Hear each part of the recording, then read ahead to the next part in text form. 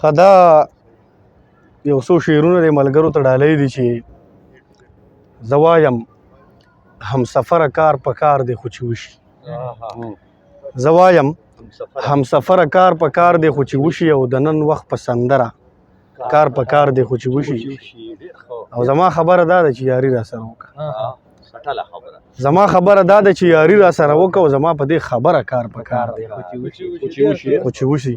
او دغه دوه درې شعرونه نور چې ستا د پوښتلي سوال جواب پسې تر کومې لاړم، ستا د پوښتلي سوال جواب پسې تر کومې لاړم، او تاله جانانه په ګلاب پسې تر کومې لاړم.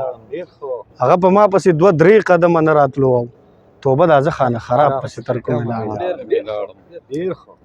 او 2-3 شعر به نور هم ویم چې تادي دې نه کوي جرګې پورې دې صبر وکړي، تادي دې نه کوي جرګې پورې دې صبر وکړي، زما به شي خو څه مودې پورې دې صبر وکړي. تادي دې نه کوي جرګې پورې دې صبر وکړي، او زما به شي خو څه مودې پورې دې صبر وکړي. سره د سوده دغه خان له به خپل قرض ورکو، خو دومره ده چې د غرمې پورې دې صبر وکړي. هغه د بل شي د بل ډولۍ کې کینې دي، خو لږ شان زما د جنازې پورې دې صبر وکړي.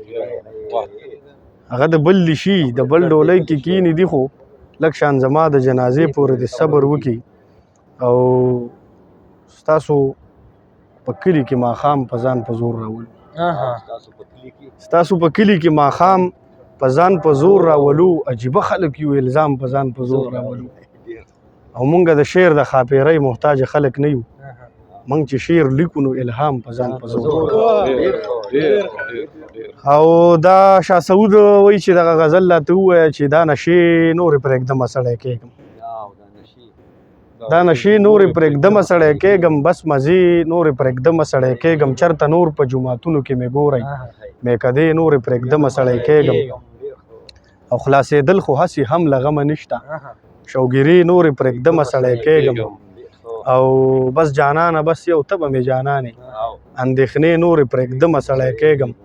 او ته زما یې او زه ستا غازي نادانه، او اندېښنې نورې پرېږدمه سړی کېږم. ښه دغه غزل به ووایم اخري چې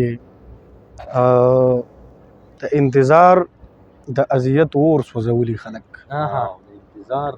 د انتظار د اذیت اور سوځولي خلک، مړه سم به نشي دا خدای وهلي خلک.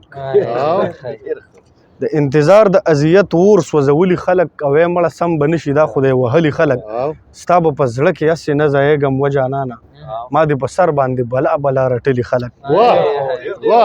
ستا به په زړه کې هسې نه ځایږم و جانانه، او ما دې په سر باندې بلا رټلي خلک. او سبا یې ګوره یو به هم ترې ژوندی پاتې نشي، دا د باچا خلاف په ښار کې راوتلي خلک. سبا یې ګوره یو به هم ترې ژوندی پاتې نشي، دا د باچا خلاف په ښار کې راوتلي خلک. په دې وطن کې په صفا صفا صفا خبرو زه ته قسم وخوره چې څومره دي وجلي خلک. په دې وطن کې په صفا صفا صفا خبرو زه ته قسم وخوره چې څومره دي وجلي خلک. او دا یارانې مارانې پرېږده مړه سم سړی شه، غازي نادانه نور دې وجنې دا د کلي خلک. ډېره مننه.